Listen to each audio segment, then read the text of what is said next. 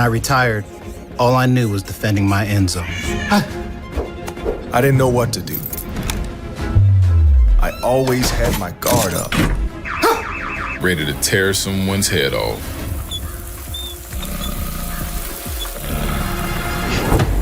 Then I stopped settling for safe-ish and got safe with ADT.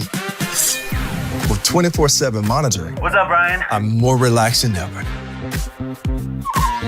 And I don't have my head on the swivel anymore. Oh, a black cat chickadee. I had a whole defensive scheme to keep it safe-ish. Woo! And safe-ish wasn't good enough. Oh, hey! Hey, Bam Bam! What's going on? Because now when it comes to protecting my house, I use ADT. Coming through! No, not in my house! Oh, a cat! The first thing you need to know about my wife is that she photoshops me out of pictures like I'm some kind of digital tumor. I discovered this delightful hobby of hers on a Tuesday morning while she was in the shower, singing off-key to some pop song about empowerment. Her phone buzzed with notifications, and there it was, our anniversary dinner photo, but with my chair mysteriously empty and the lighting adjusted to make it look intentional. My name is Evan Lorne, I'm 32, and I plan people's financial futures for a living.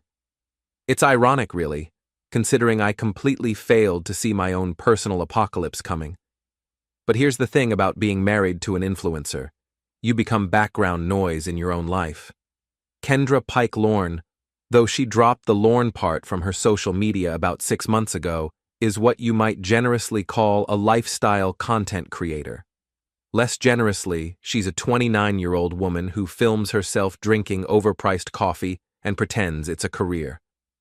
Our Toronto condo looks like a magazine spread because God forbid someone sees a real human being actually lives here. Evan, can you move Baxter's food bowl? She called from the bathroom. I'm doing a morning routine story and it's ruining the aesthetic. Baxter, our rescue mutt, looked up at me with the kind of expression that said he understood exactly how I felt. At least someone in this house appreciated my existence. Sure thing, babe, I called back, moving the bowl behind the kitchen island. I'd learned not to argue about these things. Pick your battles, my dad always said. Though I'm pretty sure he never meant picking between a dog bowl and your wife's Instagram story. The real red flag started about 3 months ago. Kendra began having brand meetings that lasted until midnight.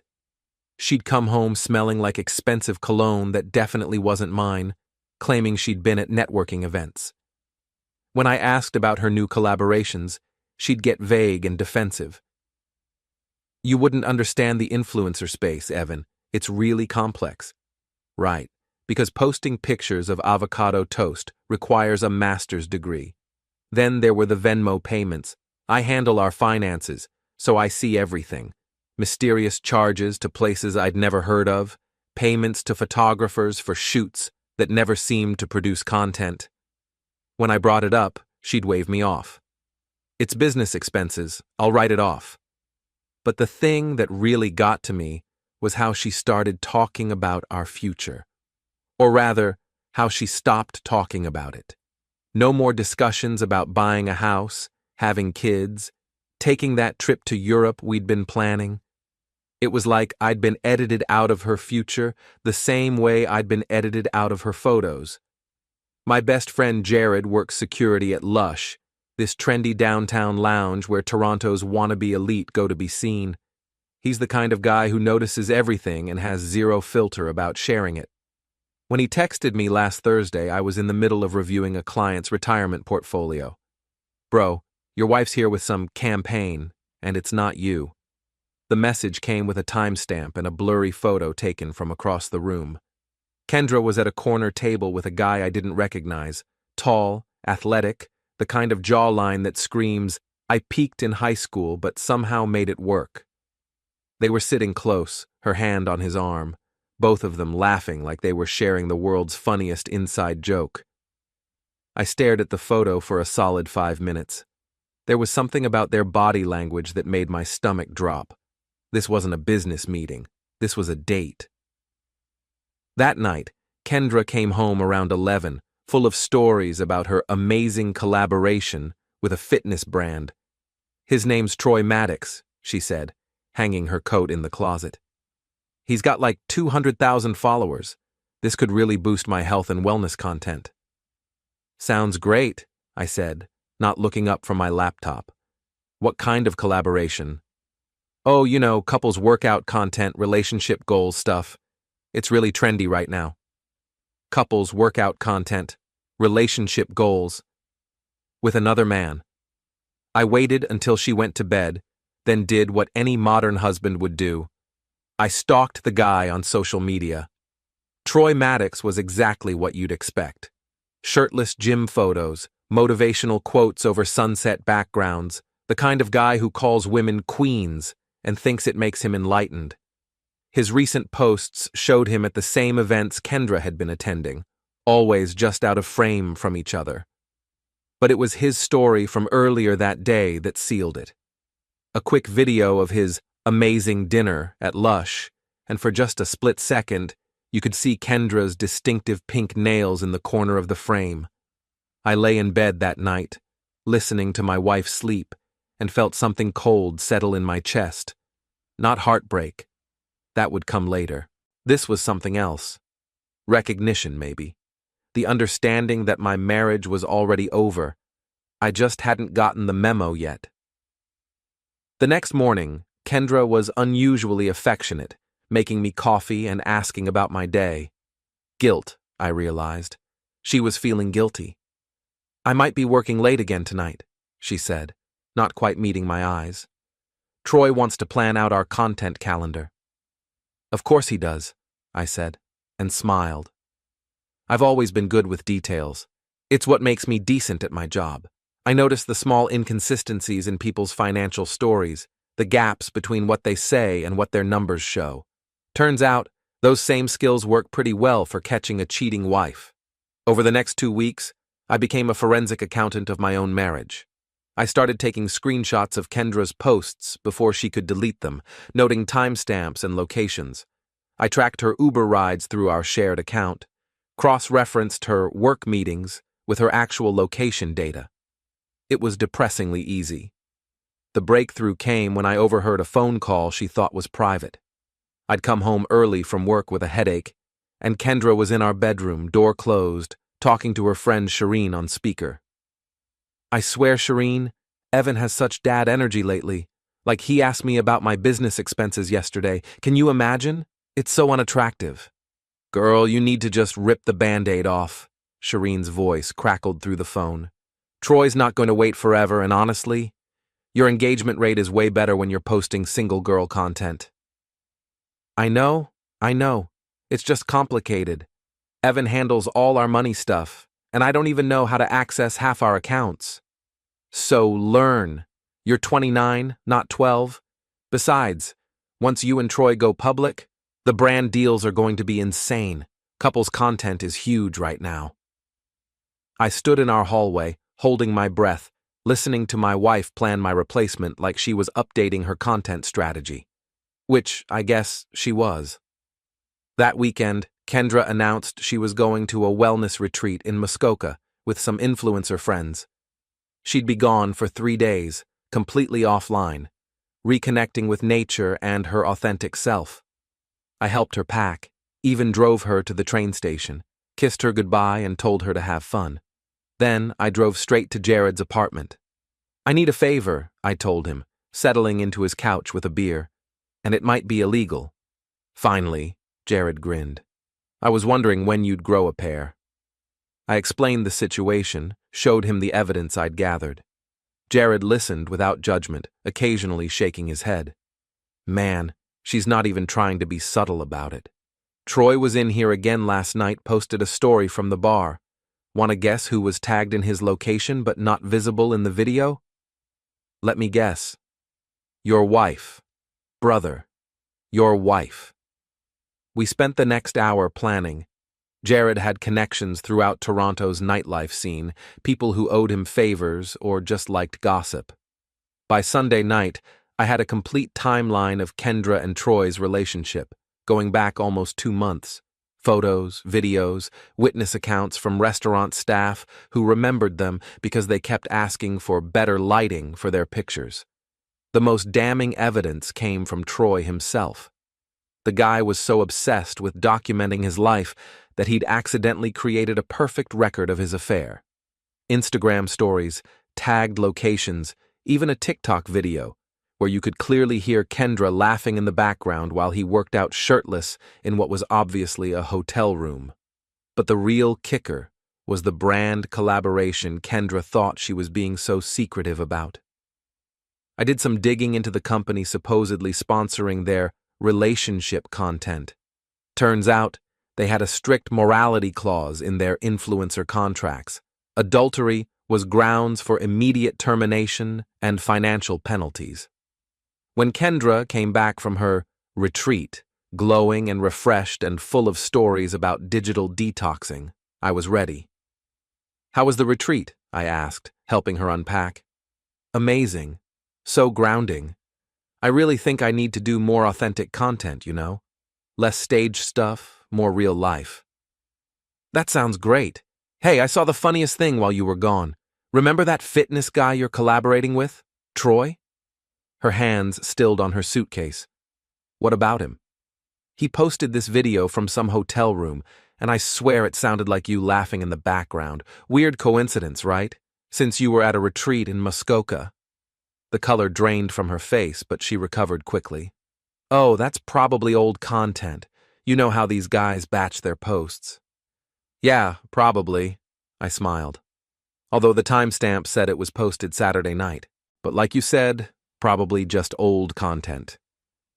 That night, Kendra was unusually quiet. She kept checking her phone, typing and deleting messages. I pretended to read while watching her spiral. The next morning, I made my first move. I called the bank and explained that I suspected fraudulent activity on our joint accounts. Not technically a lie. I did suspect my wife was using our money to fund her affair. They froze her cards pending an investigation. Then I contacted her main sponsor, the wellness brand that had been paying her for the last year. I sent them a carefully worded email expressing concern about their influencer's recent content, with screenshots of her posts about being single and ready for new adventures. By noon, Kendra's perfect little world started cracking.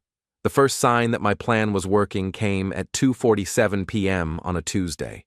I know the exact time because that's when Kendra called me, screaming so loud I had to hold the phone away from my ear. "Evan, what the hell did you do? My card isn't working."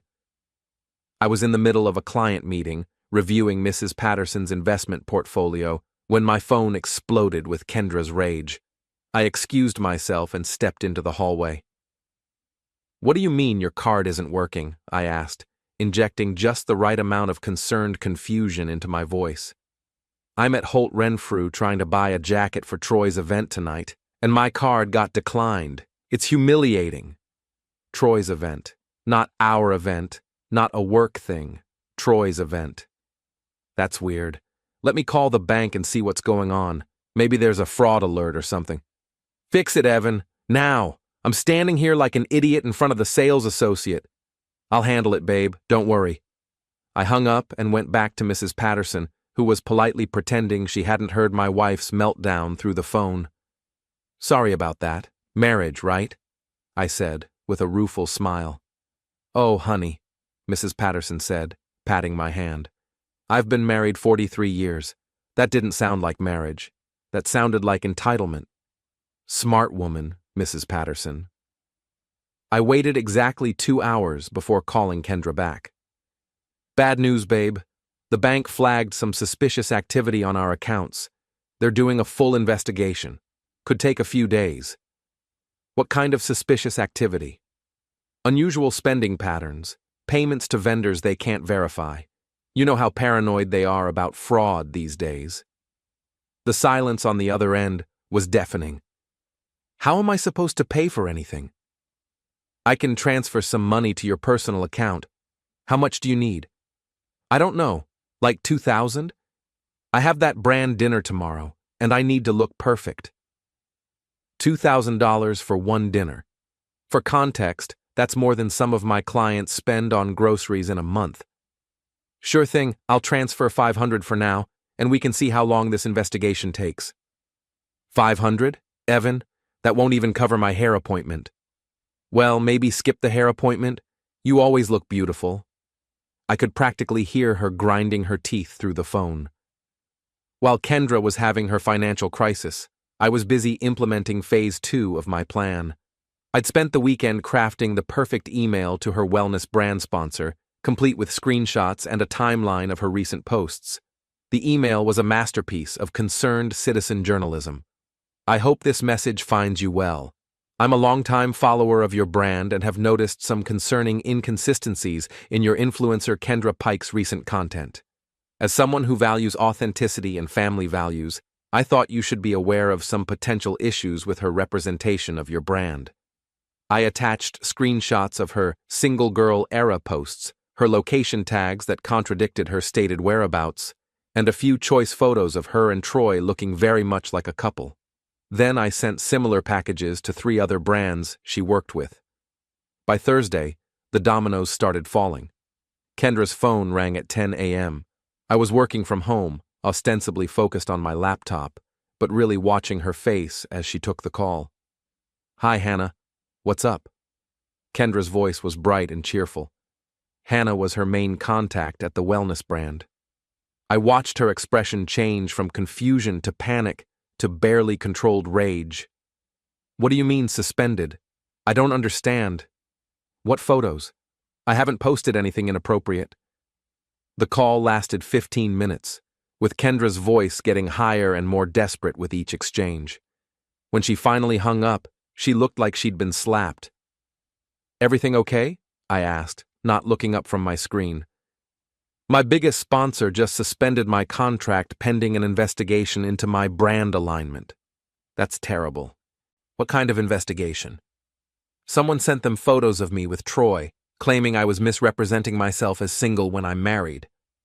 I looked up then, making sure my face showed the right amount of confusion and concern. "But you are married, to me. I know that. But my content strategy has been focused on independence and self-discovery. It's not about relationship status, it's about empowerment." "Right. So you told them you're married, just exploring independence?" Another long pause. "It's complicated, Evan." That afternoon, while Kendra was at an emergency meeting with her manager, I made a call to Troy's modeling agency. I'd done my homework and discovered that Troy was represented by Elite Models Toronto, and they had very specific clauses about their models' public behavior. "Hi, I'm calling about one of your models, Troy Maddox. I have some information about his recent activities that might violate his contract terms."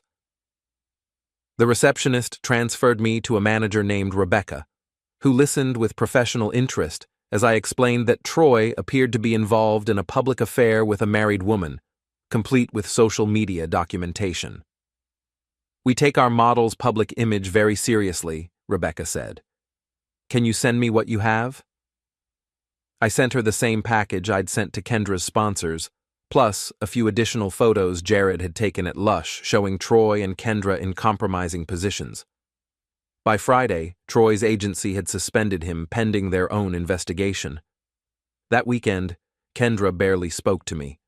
She spent most of Saturday on the phone with Shireen, trying to figure out who could have sabotaged her career. I helpfully suggested it might have been a jealous competitor or maybe just bad luck. These things happen in your industry, right? People are always trying to tear each other down. She looked at me with something approaching suspicion, but I'd been so supportive and helpful throughout her crisis that she couldn't quite make the connection. Sunday night, as we lay in bed, she finally broke. "Evan, I need to tell you something." "What's up?" "Troy and we've gotten close, maybe too close." I turned to face her, putting on my best concerned husband expression. "What do you mean, too close?" "We've been spending a lot of time together for work, and I think people might have gotten the wrong idea about our relationship." "What kind of wrong idea?" "That we're involved, romantically." I let the silence stretch just long enough to be uncomfortable. "Are you? Involved romantically?" "No, I mean, not really. It's complicated. There's been some flirtation, but nothing serious." flirtation. Evan, you have to understand, the influencer world is different. Everything is about creating content and building brands. Sometimes the lines get blurry. So you've been flirting with another man for content? It's not like that. But she couldn't explain what it was like because the truth was too ugly to say out loud. She'd been having an affair and planning to leave me, but now that both their careers were imploding, she needed me back. I think we should take a break, I said quietly. What? I think you need some space to figure out what you want. And I need some space to figure out if I can trust you again. Evan, no. It's not what you think. I'll stay at Jared's for a while. We can talk when you're ready to be honest with me. I packed a bag and left that night. As I drove to Jared's apartment, my phone buzzed with increasingly frantic texts from Kendra, but I was done being her safety net. The real fun was just beginning. Moving in with Jared was like getting a front row seat to Toronto's gossip network. His apartment overlooked King Street, and between his job at Lush and his girlfriend Maya's connections in the fashion world, he knew everything about everyone in the city's influencer scene. Bro, you're a legend, he said, handing me a beer as we watched the sunset from his balcony. Kendra's been calling everyone she knows, trying to figure out who snitched on her. She's convinced it's some jealous influencer. Good. Let her think that. Troy's been in the bar 3 times this week, drowning his sorrows. His agency dropped him completely yesterday. Apparently, the photos you sent were just the tip of the iceberg. They did their own investigation and found out he's been violating his exclusivity clause with multiple brands. I felt a warm satisfaction settle in my chest. What about Kendra? That's the best part. She's been trying to rebuild her brand as a relationship transparency advocate or some bullshit. Posted this long caption about how marriage is complicated and people shouldn't judge others for exploring their truth. How's that going for her? Her comment section is a war zone. Half her followers are calling her a cheater. The other half are telling her to leave you and live her truth. It's beautiful chaos. Maya joined us on the balcony, fresh from her shift at a downtown boutique where she dealt with influencers all day. Your wife came into the store today, she told me, settling into Jared's lap. She was trying on dresses for some event, asking for a discount because her brand was going through a transition. Please tell me you didn't give her one. Hell no, but I did overhear her phone call with her manager. Apparently she's lost 3 major sponsors this week, and the brands that haven't dropped her are demanding she clarify her relationship status. What's she going to do? That's the thing, Maya grinned. She can't win. If she admits she's married, she loses the independent woman angle that's been working for her. But if she claims to be single, she's basically admitting to adultery, which violates the morality clauses in her remaining contracts. It was perfect. Kendra had built her brand on an image that was fundamentally incompatible with reality, and now reality was demanding an accounting. My phone buzzed with another text from her. Evan, please come home. We need to talk. I can explain everything. I showed the message to Jared and Maya. You going to respond? Jared asked. Eventually. But first, I have one more surprise for her. The next day was Kendra's birthday. She'd been planning a big party at some trendy rooftop bar for months, back when she still thought she'd be celebrating with Troy as her new boyfriend and me as her discarded husband. Now, with her career in freefall and Troy avoiding her calls, she was stuck with a party she couldn't cancel and a guest list full of people who were either gossiping about her or actively avoiding her. I decided to give her a birthday present she'd never forget. I'd been collecting evidence for weeks, but I'd saved the best for last. Through Jared's connections, I'd gotten my hands on security footage from Lush, showing Kendra and Troy in a private booth, making out like teenagers. I'd also obtained copies of their text messages, courtesy of Troy's ex-roommate who had access to his laptop. But the real masterpiece was a compilation video I'd put together showing side-by-side comparisons of Kendra's social media posts and her actual activities. Her girls' night posts next to footage of her with Troy. Her self-care Sunday content next to photos of them at hotels. Her focusing on my marriage captions next to screenshots of her telling Shireen that I had dad energy and was holding her back. I had the video delivered to her party as a surprise birthday message from a secret admirer, timed to arrive just as the party was hitting its peak. Jared and I positioned ourselves at a sports bar across the street with a perfect view of the rooftop venue. Maya had friends at the party who would give us real-time updates. At 9:30 p.m., Maya's friend Chloe texted, "They're setting up the projector for the surprise video. Kendra looks excited." At 9:35, "Holy shit, this is incredible, everyone's watching." At 9:37, "Kendra just ran off the roof, people are filming everything." At 9:40, "Troy just showed up and people are booing him. This is better than reality TV." My phone rang. Kendra, sobbing, "Evan, please, I know it was you, please come get me." "I'm sorry, who is this? I think you have the wrong number." "Evan, don't do this, I'm sorry, I'm so sorry." "Oh, Kendra, hi, how's your party going?" "You know how it's going. You ruined it." "I ruined it? That's weird, because I wasn't even invited. But I heard there was an amazing video presentation. Very professional quality." "I'll do anything. I'll post a public apology. I'll tell everyone the truth." "The truth? That's a novel concept. What truth would that be?" "That I'm married, that I had an affair, that I'm a terrible person." That does sound like the truth. But here's the thing. Kendra, I don't want your apology. I want you to experience consequences for your actions. Revolutionary concept, I know. I hung up and ordered another beer. Over the next hour, social media exploded. Kendra Pike was trending on Twitter, with people sharing clips from the video and photos from the party. Someone had filmed her running off the roof in tears, and it was being shared across every platform. But the best part was the comments on her Instagram.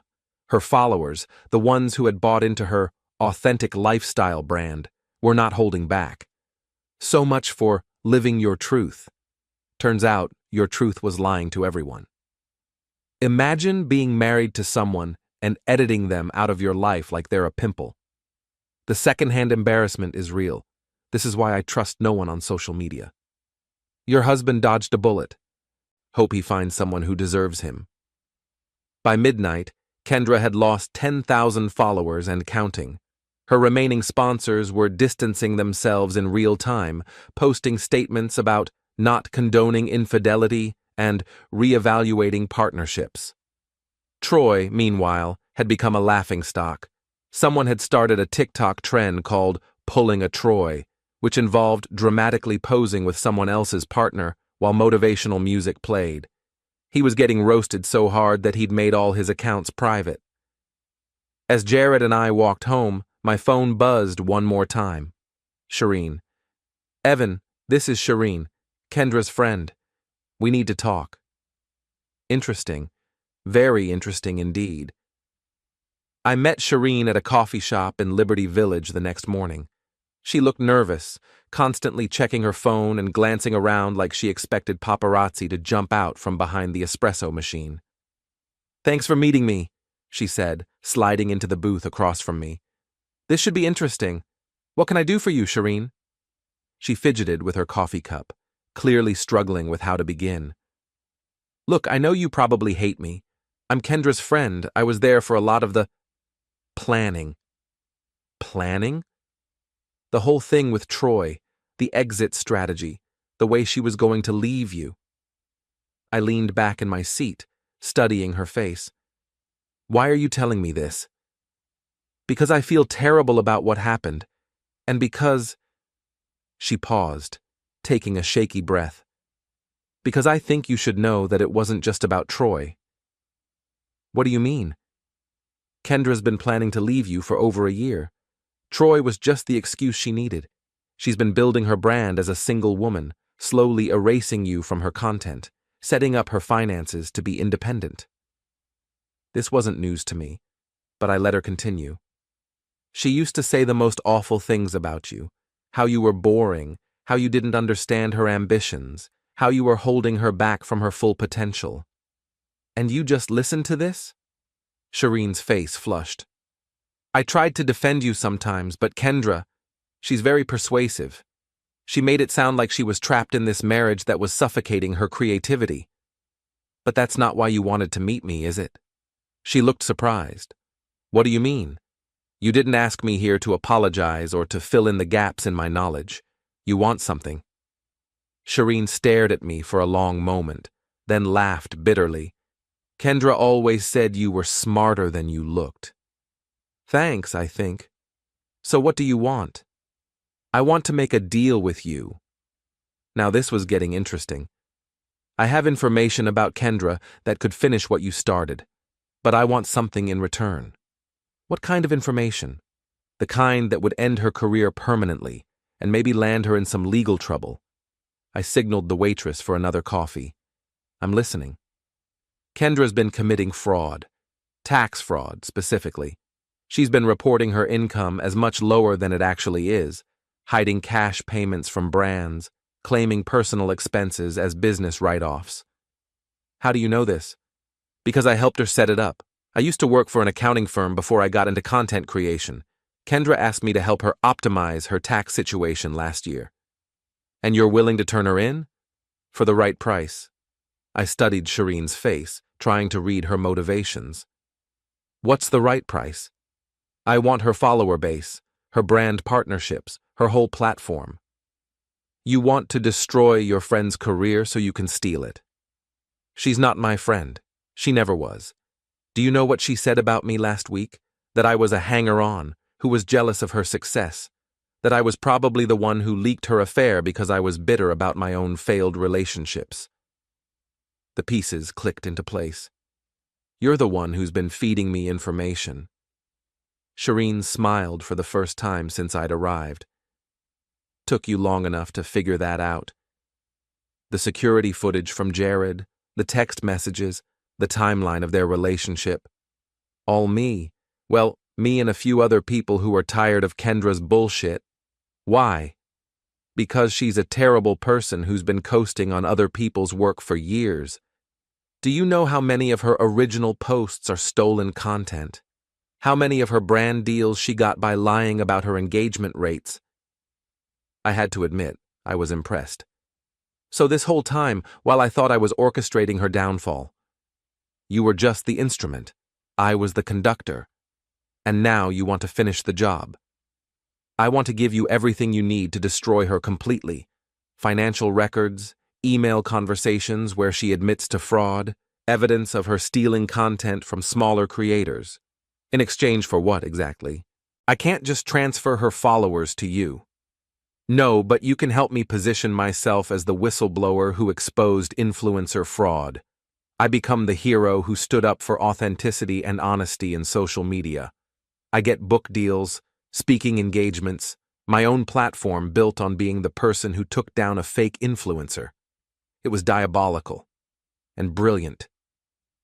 What about the legal consequences for you? If you helped her commit fraud, I kept records of everything. Emails where I warned her about the legal risks, documentation showing that I advised against the fraudulent practices. I can prove I was coerced into helping her. Were you coerced? Does it matter? She's going down either way. The question is whether you want to be the one who delivers the final blow, or if you want to watch someone else get that satisfaction. I thought about it for exactly 30 seconds. Send me everything. That afternoon, I received a file folder that would have made the IRS weep with joy. Bank records showing unreported income of over $200,000. Email chains where Kendra discussed hiding payments from brands, screenshots of her claiming a vacation to Belize as a business expense when it was clearly personal travel. But the most damning evidence was a recorded phone call between Kendra and a tax preparation service, where she explicitly asked them to help her minimize her reported income through creative accounting. I spent the evening organizing everything into a comprehensive package. Then I sent it to 3 places: the Canada Revenue Agency, the Competition Bureau, and a financial crimes journalist at the Globe and Mail who specialized in influencer fraud. I also sent copies to every brand that still had contracts with Kendra, along with a note explaining that they might want to review their partnerships with someone who was under investigation for tax evasion. The story broke 2 days later. Influencer fraud, local content creator, under investigation for tax evasion and brand deception. The article was devastating. It detailed not just Kendra's financial crimes, but her pattern of stealing content, lying about engagement rates, and misrepresenting her lifestyle to sponsors. The journalist had done additional digging and found 3 other influencers who had similar stories about Kendra stealing their ideas and passing them off as her own. Within hours, every remaining brand partnership was terminated. Her Instagram account was flooded with comments from creators whose work she'd stolen, each post getting ratioed into oblivion. But the best part was the IRS investigation. Turns out, when you owe the government money and have been flaunting your lifestyle on social media, they take a very dim view of your creative accounting practices. My phone rang at 6 a.m. the day after the story broke. Evan. Kendra's voice was hollow, defeated. Good morning, Kendra. How are things? You know how things are. Actually, I don't. I've been staying off social media lately. Too much negativity, you know? They're going to audit me. The government. They're going to audit everything. That sounds stressful. I could go to jail, Evan. That would be unfortunate. Please, I know I hurt you, but this is bigger than our marriage. This could ruin my entire life. Your entire life? That's interesting phrasing. What about our life? The one you were planning to abandon for a fitness model with the personality of a protein shake? Silence. I never meant for it to go this far. Which part? The affair, the fraud, or the complete destruction of any respect I had for you as a human being? All of it. I was confused, and Troy made me feel, stop. Just stop. I don't care how Troy made you feel. I don't care about your confusion or your journey of self-discovery or whatever bullshit narrative you're trying to construct. Then what do you want? I want you to face the consequences of your actions. I want you to understand that choices have results, and sometimes those results suck. So you're just going to watch me lose everything? Kendra, you already lost everything. You lost it the moment you decided that our marriage was worth less than your Instagram engagement rate. Everything that's happening now is just the paperwork catching up. I hung up and blocked her number. 3 weeks later, I got a text from Jared. Bro, you need to see this. He sent me a link to Shireen's Instagram account. She'd just posted a video titled, How I Exposed My Toxic Friend's Fraud, a story of friendship, betrayal, and standing up for what's right. It had 500,000 views and counting. The comments were full of praise for Shireen's courage and integrity. Brands were already reaching out to her for partnerships. She'd gotten exactly what she wanted. I had to admire the artistry of it all. My divorce was finalized 2 months later. Kendra had to liquidate most of her assets to pay her tax debt and legal fees. The last I heard, she was working at a makeup counter in Yorkdale Mall, trying to rebuild her life away from social media. Troy had moved back in with his parents and was working as a personal trainer at a suburban gym. His modeling career was over, but he seemed to be doing okay. Sometimes people need to hit rock bottom to find out who they really are. As for me, I kept my job, kept my friends, and kept my dignity. I bought a small house in Leslieville with a yard big enough for Baxter to run around. Started dating a veterinarian named Sarah who thinks social media is mostly ridiculous and prefers reading books to taking selfies. Life is good. But the best part? The absolute best part happened 6 months after the divorce was final. I was at Lush with Jared, celebrating his promotion to head of security, when I saw a familiar figure at the bar. Kendra, looking tired and older than her 30 years, nursing a drink alone. She saw me and froze. I walked over, Jared trailing behind me with barely contained glee. Kendra, you look... I paused, pretending to search for the right word. Different. Evan, I didn't know you still came here. Oh, I don't usually, but tonight's special. Jared got promoted and we're celebrating. That's nice. Congratulations, Jared. Jared just nodded, clearly enjoying the awkwardness. How are you doing? I asked, and I actually meant it. I'm surviving, working, learning to live without the internet, which is harder than you'd think. I bet it is. Evan, I know this is probably pointless, but I want you to know that I'm sorry. Really sorry. Not just because everything fell apart, but because of how I treated you. You didn't deserve any of it. I looked at her for a long moment, this woman who had been my wife, who had shared my bed and my dreams and my Netflix password, who had thrown it all away for the validation of strangers on the internet. Thank you for saying that, I said finally. It means something. Does it mean enough for you to forgive me? Kendra, I forgave you months ago. Not because you deserved it, but because carrying that anger was exhausting. But forgiveness doesn't mean forgetting, and it doesn't mean we're friends. She nodded, tears starting to form in her eyes. I hope you find what you're looking for, I said. I really do, but I hope you find it by being honest with yourself and other people. I turned to leave, then paused. Oh, and Kendra, that video compilation from your birthday party? That wasn't me. Her face went white. What? I mean, I enjoyed it immensely, but I didn't make it. Might want to think about who your real friends were. I walked away, leaving her to process that final revelation. Outside, Jared was practically bouncing with excitement. Dude, that was ice cold. I'm so proud of you right now. Thanks, man. But honestly, I'm just tired of the whole thing, ready to move on. Fair enough. But admit it, that felt good. I thought about it as we walked to the car. Did it feel good? Seeing her broken down, stripped of the artificial life she'd built, forced to confront the reality of her choices? Yeah, it felt pretty good. But more than that, it felt like closure. Like the final page of a chapter I was ready to stop reading. 6 months later, I married Sarah in a small ceremony in her parents' backyard. No photographers, no social media posts, no content creation. Just two people who liked each other enough to promise to keep liking each other for the foreseeable future. Baxter was the ring bearer. He did a terrible job, but everyone pretended he was perfect. Jared was my best man and gave a speech about how I was proof that nice guys don't finish last, they just finish with better people. I never saw Kendra again, but I heard through the grapevine that she eventually got her life together. Started working for a nonprofit, stayed off social media, even started dating someone who worked in education. Good for her.